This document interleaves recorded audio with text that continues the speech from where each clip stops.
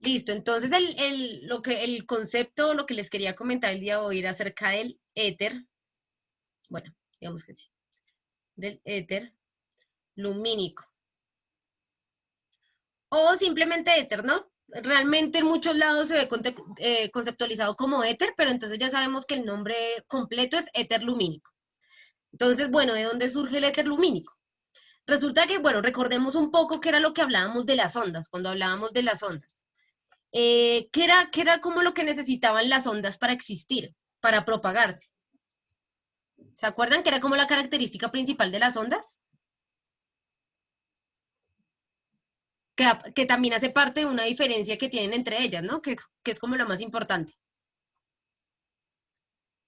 ¿Quién sabe? ¿Qué necesita una onda para propagarse? La presencia de materia, Sí, más de que algún tipo de fluido a ¿Un través medio? ¿Un de... medio? un medio, exactamente. Eso, justo lo que tú dices, un lugar, un fluido o algo, un medio para propagarse, ¿cierto? Necesitan algo en que propagarse, o sea, eso es como una definición de las ondas, y así se entendía las ondas desde el pensamiento, pues, clásico. Entonces, bueno, las ondas son una forma de energía que se propaga con unas características, generalmente de forma cíclica, ¿no?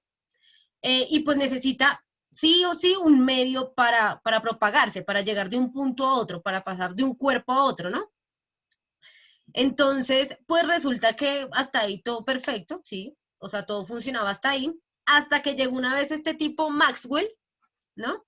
Y llega y dice que existen ondas electromagnéticas, o sea, que las ondas que existen en el mundo no son solamente las que se propagan en un fluido, una materia, como decía, no me acuerdo quién, no vi quién era el que estaba hablando, sino que lo podían hacer en el vacío, como era pues las electromagnéticas, ¿no? O sea, que ellas se podían propagar en un vacío. Se pensaba en ese entonces pues que lo que había por fuera del planeta Tierra, el espacio exterior era vacío, ¿no? Cosa que ya en este momento se ha quebrado bastante esa idea, pero bueno, ya vamos para allá. Entonces, bueno, esto genera como gran polémica porque pues para los pensadores y pensadoras de ese entonces, pues no era posible que una onda realmente se propagara en ningún vacío, o sea, iba como en contra como tal del concepto de la onda. Si una onda necesita un medio para propagarse, pues el hecho de que digan que se propaga en un vacío no tiene ningún sentido. Entonces, ¿qué hacen? Bueno, digamos que filosóficamente se empiezan a pensar esto porque ustedes saben que todas las, digamos que las preguntas que se ha hecho el ser humano no las ha contestado tampoco. Uno no puede venir acá a plantear, digamos, una idea totalmente cientificista, así radical y decir que todas las respuestas las ha dado la ciencia o las ha dado por medio de las matemáticas, cuando no es así. ¿Sí? Por ejemplo, la física, pues básicamente es una parte teórica de la matemática y la otra parte es la filosofía, ¿no? Entonces digamos que atribuir yo qué sé, que los conceptos que se tengan son a punta de matemáticas, pues sería una falacia, ¿no? Necesitamos de la filosofía. La física realmente digamos que todos los conceptos son construidos epistemológicamente, o sea, basados en la filosofía, en cómo se piensa el ser humano su realidad. Entonces, filosóficamente se hacían también esa pregunta, ¿será que una onda realmente se puede propagar en el vacío? ¿O será que más bien ahí hay un medio que nosotros no podemos detectar? ¿Sí? Que de pronto está ahí, pero nosotros no lo podemos ver.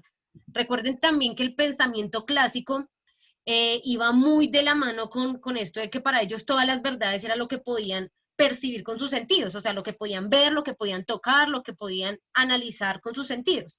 Si yo no lo puedo analizar con mis sentidos, pues para mí no va a ser real.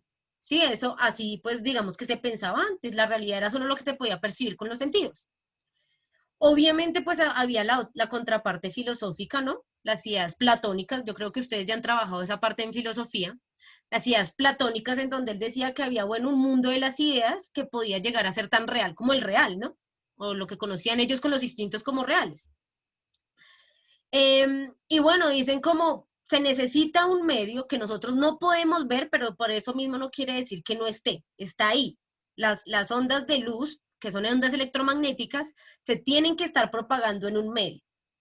Entonces es ahí donde aparece el éter, ¿no? Entonces básicamente dicen el éter que es como un fluido, es un fluido pues de alguna forma transparente o invisible, que abarca todo el universo, pues para ellos sí, el universo no es ahora el mismo concepto que tenemos en este momento, pero pues sí, digamos que todo el espacio conocido, todos estamos inmersos bajo ese fluido, ¿sí? Que es más allá de la atmósfera, es diferente al aire, es diferente a todo, es un fluido que, pues en el cual se propaga la luz, ¿sí? Las ondas electromagnéticas.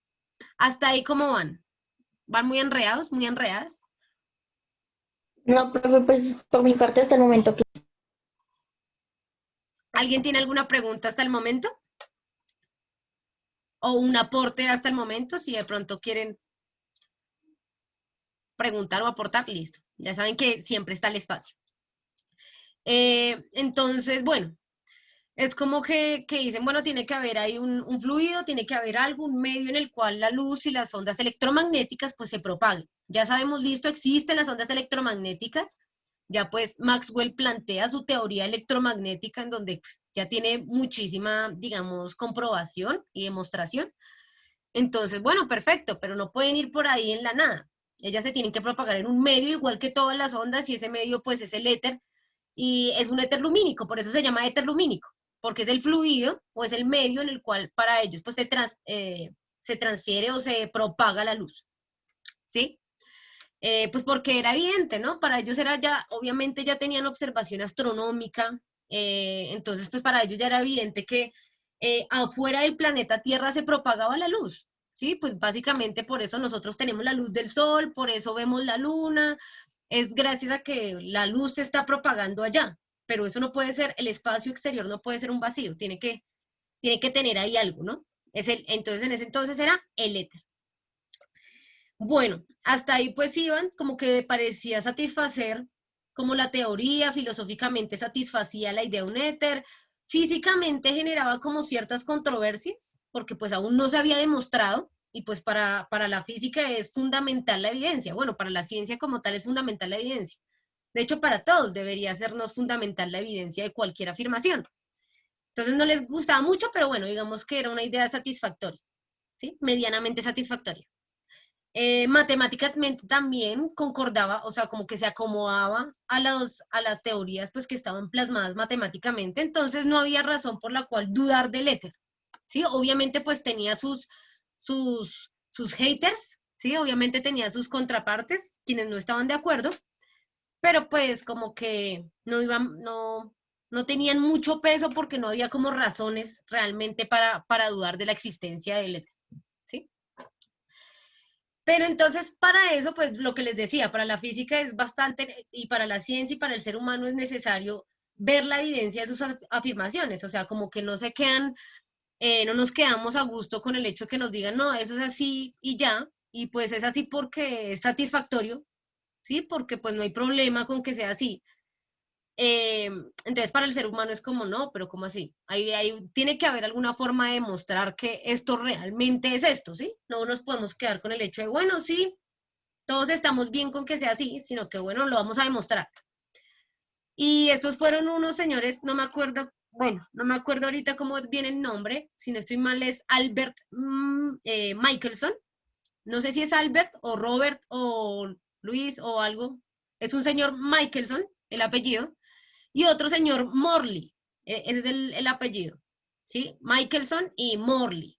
Entonces son dos científicos, dos físicos experimentales, ¿sí? Que les gusta pues el experimento como tal para estudiar la física.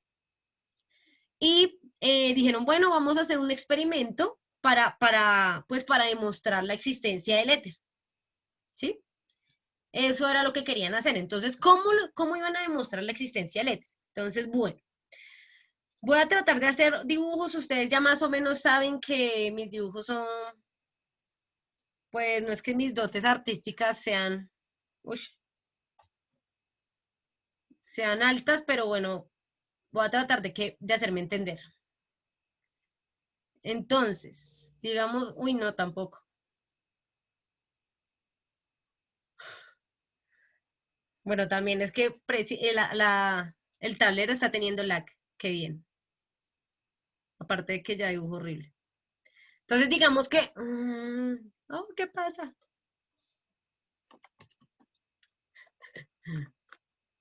No ahora.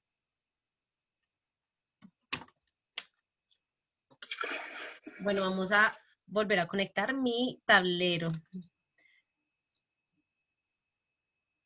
Bueno, mientras tanto vamos a ir imaginando un planeta Tierra, bueno, su planeta que habitan. Y vamos a tratar de hacernos una idea de qué sería el éter, ¿no? ¿Cómo luciría el éter? Ay, ¿por qué está desconfigurada? Creo que he perdido mi arma.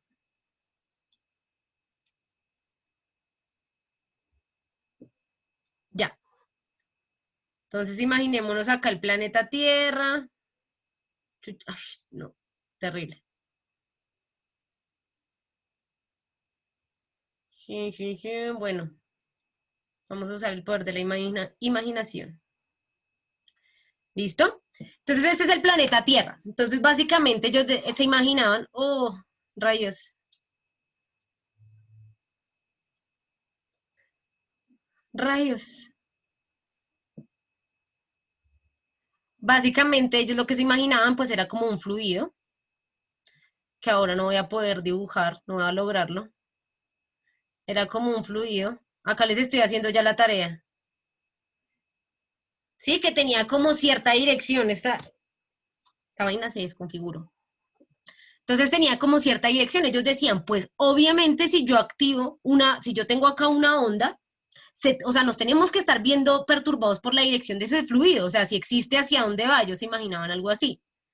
Eso quiere decir que según su lógica, obviamente, si yo activo, por ejemplo, un rayo de luz de acá hacia allá, digamos, en sentido, o sea, en sentido del éter, ¿sí? En el sentido que lleve el éter, no va a ser lo mismo así un rayo de luz viaja, por ejemplo, así, ¿sí? Que sería en sentido perpendicular al éter. No nos vamos a encontrar con el mismo resultado. Entonces, eso era lo que ellos querían demostrar, hacer un experimento en donde demostraran que dependiendo el rayo de luz, pues se iba a ver afectado por el éter, porque evidentemente si nosotros estamos en un fluido, no podríamos ser un sistema aislado, ¿cierto? Ese fluido nos tendría que de alguna forma afectar a nosotros y pues evidentemente a la luz, ¿sí? Si ese fluido existe ahí, debe tener una dirección, eso quiere decir que si yo voy perpendicular a su dirección, a la dirección en la que fluye, digamos, imagínense que el fluido va así, y imagínense ahora que uno lo intenta pasar así, ¿sí? No va a ser lo mismo ir con la corriente que ir en contra o que cruzarla por completo. Entonces, pues se esperaba que se encontrara esa interferencia, ¿no? Como eso que me diera cuenta de que sí, efectivamente, cuando yo voy en contra del éter, en una dirección contraria al éter, pues la luz se me va a comportar de forma de interferencia. Yo les iba a hacer la demostración geométrica un poco como para que entendieran más, pero creo que se me desconfiguró el tablero. Qué inoportuno. Listo, pero vamos a intentar. Entonces, imagínense que básicamente, bueno, no solamente querían hacer el experimento, de hecho lo hicieron, ¿no? Lo hicieron. Entonces, ¿cuál era el experimento? Tenemos acá un rayo de luz, nos vamos a imaginar un rayo de luz, como por ejemplo un láser, imagínense un láser, ¿sí? Un haz de luz. Entonces, yo lo activo y mi rayo de luz pues va a salir así en línea recta. Entonces ellos acá ubicaban, espérenme un segundo que creo que lo hice muy pegadito. Entonces acá va a estar el rayo de luz.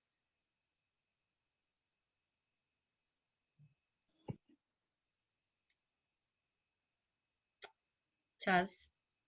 Y va a estar pues, él arranca en línea recta y acá se ubican unos espejos. ¿Listo? Ubican un espejo acá y un espejo acá.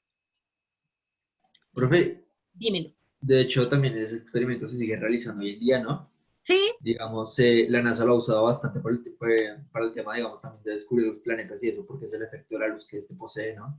exacto. Este experimento se llama interferómetro. Sí, sí.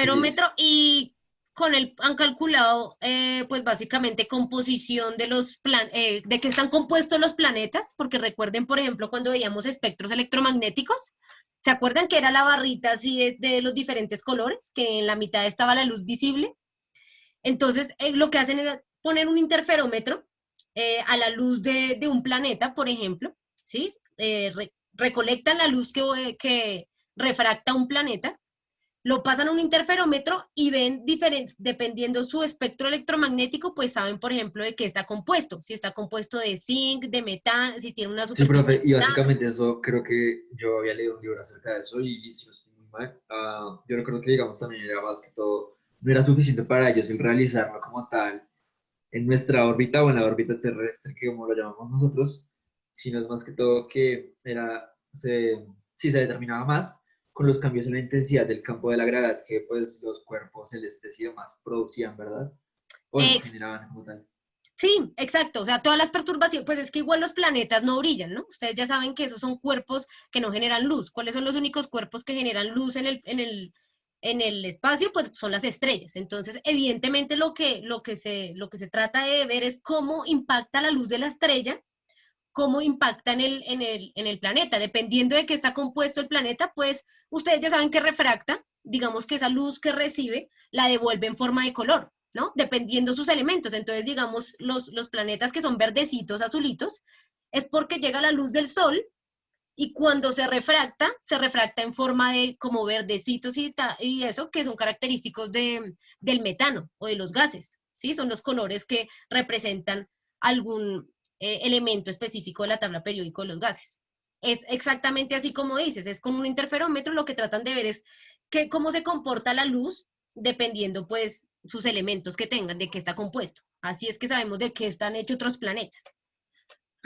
Entonces, es exactamente lo mismo, pues ellos dicen, o sea, si nos han servido para detectar o sea, los comportamientos de las ondas, interferencias de ondas en la luz en todo aspecto, pues asimismo si ahorita lo ponemos a prueba, pues nos va a mostrar que existe el fluido, ¿sí? Nos va a mostrar esa interferencia de luz, pero entonces, ¿cómo esperaban que eso se hiciera? Ellos lanzan, hay dos momentos, ¿no? Hay dos momentos digamos, con la luz que se espera que pase. Entonces, uno es, van a lanzar acá, ¿cierto? La luz sale acá y pues en la medida en la que choca el espejo, se devuelve, o sea, básicamente choca acá el espejo, digamos que en una distancia D, y se devuelve en una distancia menos D, ¿sí? Eso lo podemos entender, o sea, choca en una distancia y se devuelve por la misma línea. O sea, ¿cuánto se demora recorriendo? Lo mismo que se demora devolviéndose, ¿cierto? Hasta ahí, ¿sí? Sí, o sea, básicamente arranca una distancia D y cuando se devuelve es menos D, es la misma, pero en sentido contrario. Perfecto. Pero entonces, cuando este rayo de luz, como estos son espejos, ¿no? Cuando este rayo de luz llegue a este espejo de acá, porque obviamente él se refracta en todas las direcciones, entonces lo esperado es que ya la distancia que va a recorrer no es de D, sino vean que va a ser un triángulo, ¿sí ven? Y recuerden lo del teorema de Pitágoras, que básicamente nos habla de que las diagonales son mucho más grandes que los catetos, ¿sí? Lo que estamos viendo, pues, como todo el año en trigonometría, la hipotenusa siempre va a ser más grande que los catetos. ¿Eso qué quiere decir? Según el experimento, ¿no? Si viaja de allá a acá, recorrerá la misma distancia que si viaja al espejo que está acá, la luz. ¿Qué dicen ustedes? ¿Será que en línea recta recorre la misma distancia que en diagonal?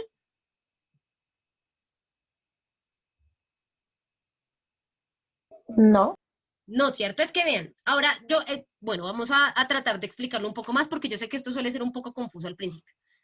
Vamos a ver que eso es el desplazamiento de la luz. Entonces, va el rayo de luz acá, como esto es un espejo, se devuelve, ¿verdad? Al espejito de acá. Entonces, ¿qué sería lo que se esperaría? Pues que suba acá, ¿cierto? Y se devuelva. Como lo hace en diagonal, la distancia no va a ser la misma, a pesar de que estén, digamos que la misma distancia el uno del otro, no va a ser la misma que va a recorrer acá que acá. Pero eso, ¿por qué pasaba? Pues porque se suponía que la distancia en diagonal iba a tener un esfuerzo de forma, digamos, vectorial, ¿sí? ¿Por qué? Porque estaba traspasando el fluido. Vamos a ponerlo más simple. Digamos que va el río, ¿sí? Entonces yo digo, ¿cuánto va a ser el esfuerzo que yo tengo que hacer para ir con la corriente del río? va a ser mucho menor a que si voy en contra, ¿no? A que si voy acá, si estoy viajando en diagonal. ¿Sí? Hasta ahí, ¿alguien está perdido, está perdida?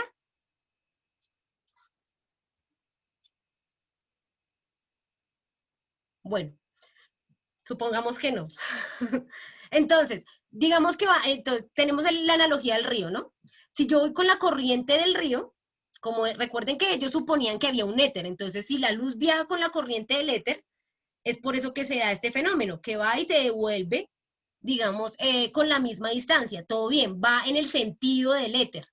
Pero entonces, si tiene que viajar hasta allá, lo que se esperaría es que como cuando ustedes van en una corriente hacia arriba, ustedes van, si se mueven, digamos, hacia arriba en línea recta, ¿saldrán en línea recta?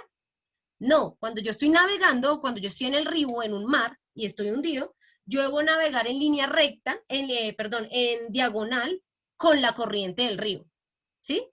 ¿Por qué? Porque yo debo contar que la corriente me está empujando. Entonces, obviamente yo debo, si yo salgo así, pues la corriente me va a empujar, ¿sí? Entonces, básicamente va a tener una trayectoria diagonal, ¿sí? Imagínense ustedes tratando de subir en un río que este va así. Entonces, obviamente los va a ir empujando de tal forma que tienen una trayectoria diagonal. ¿Cada vez se va volviendo más claro o no tanto? O sea, eso era lo que esperaban que pasara, ¿no? Pues si yo voy en dirección del éter, pues evidentemente la distancia va a ser la misma de ida y de vuelta, todo bien. Pero si yo voy al contrario del éter, perpendicular, piensen que el éter está acá, ¿sí? Se supone que el éter va así. Entonces, si yo antes estoy viajando en forma perpendicular, pues lo que voy a hacer es una trayectoria triangular, ¿sí? Pues de manera hipotenusa, diagonal. ¿Sí me entienden? Esta era la trayectoria que iba a tener la luz. Iba a ser en diagonal porque cuenta con el empuje que lleva el fluido. Necesitaría afectarse, ¿sí? La luz se tendría que afectar por el empuje de ese fluido. Entonces, si yo la mando perpendicular, evidentemente pues va a tener que hacer un esfuerzo y su trayectoria se va a ir ladeando. ¿Hasta ahí van claros o no tanto? De lo que se esperaba del experimento. Bien. ¿Bien? ¿Sí? Más o menos alguien está muy perdido, entonces básicamente ese era el experimento, lo que ellos esperaban. Pues que si yo lanzo la luz, el rayo de luz en la misma corriente del éter, pues todo bien, va a tener una distancia recta, perfecto. Pero si yo lo mando a una distancia, a un punto, en este caso, véanlo, a este punto que está perpendicular al éter, ¿sí ven? Que no está acá al frente, sino está perpendicular, pues voy a esperar que la trayectoria, o sea, que la luz me coja como un camino diagonal, ¿cierto? Porque va a estar siendo empujado por la corriente del éter. Entonces, evidentemente va a tener que tener esa diferencia y diagonal. ¿Qué me va a producir eso? Acá ellos tenían un detector. Esto es un interferómetro, de hecho. Este es el interferómetro. Digamos que el detector. Entonces, ellos esperaban que como las trayectorias son diferentes, ¿cierto? Como yo lanzo hacia acá y pues voy con el sentido del éter, se va a demorar menos en detectarme acá la luz, o sea, va a detectar más rápido que esta, ¿cierto? Porque vean el trayecto de luz que tiene, o sea, una cosa es ir en línea recta y otra cosa es en diagonal. Acá se va a demorar más hasta que sube y baja. Acá solo está acá tan y baja. Perfecto. Pero acá hasta que sube con esa trayectoria, pues evidentemente tendría que llegar después que esta onda, ¿sí? Iba a llegar después que esta onda acá al interferómetro y pues que me iba a generar una interferencia, ¿sí? Me iba a generar acá una interferencia. ¿Por qué? Porque tengo un rayo de luz acá así que me rebota en un momento y luego el otro se devuelve como, yo qué sé, microsegundos después, me va a generar una interferencia de onda. ¿Pero qué creen que fue el resultado? ¿Qué creen que encontraron ellos en el detector?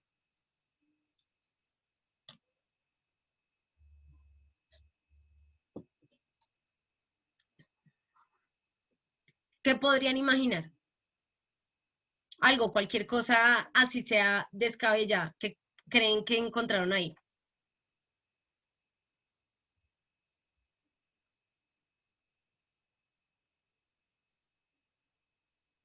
¿Nada? ¿Están demasiado perdidas? ¿O no se les ocurre nada?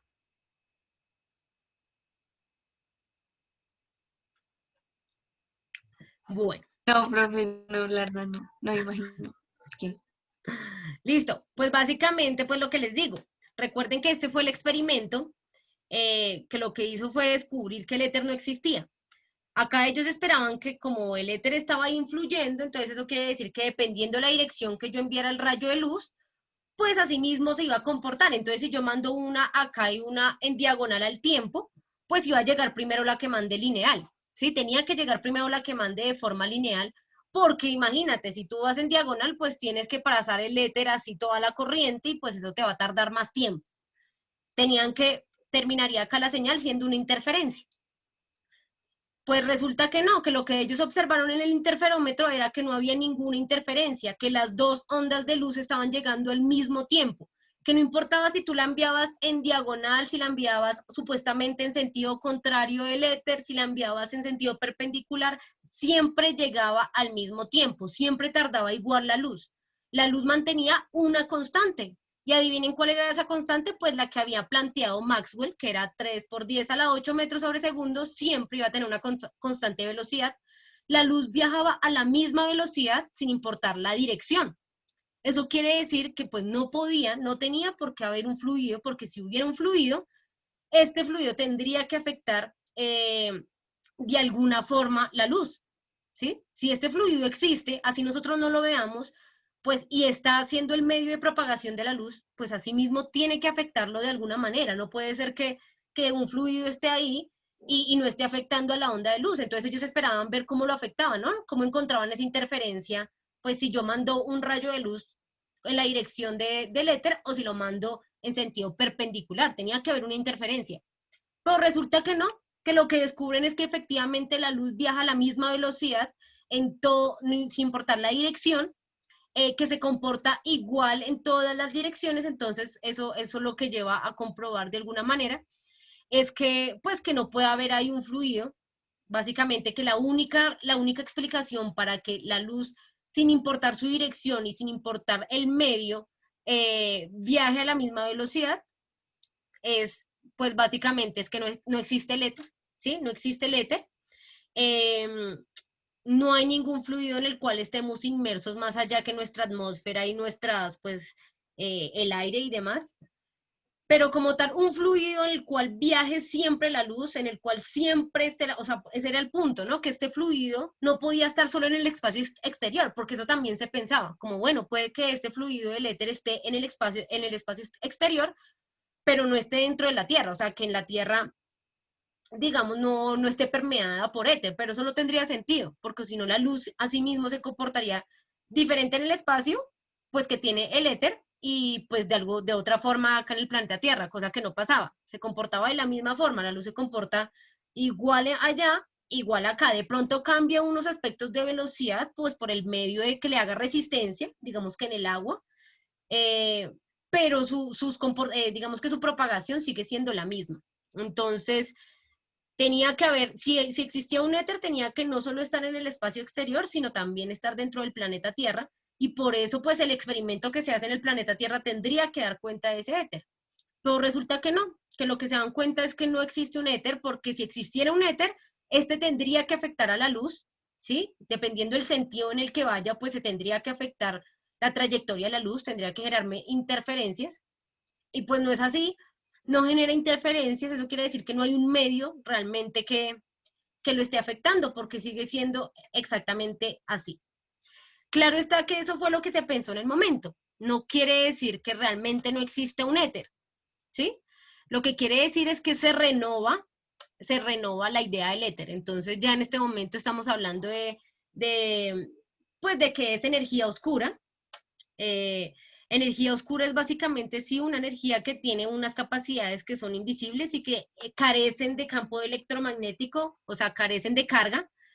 Entonces se podría explicar un poco, pues si se demuestran ciertas antipartículas. Eso hasta el momento es donde va la ciencia, entonces no podemos como acelerarnos a dar afirmaciones, a decir que eso es lo que no es. Pero pues ahí poco a poco, conforme se vayan a ir evidenciando cosas, pues yo les iré contando. Listo, entonces no sé, eso era lo que les quería presentar. Yo sé que fue un poco riguroso y un poco como exigente para la cabeza entender este tipo de cosas. También es porque yo sé que a veces me podría enredar en la explicación. Pues igual trato de hacerla como lo más entendible posible. Pero pues eso era todo lo que les quería comentar acerca del éter lumínico. No sé si tengan alguna pregunta, observación.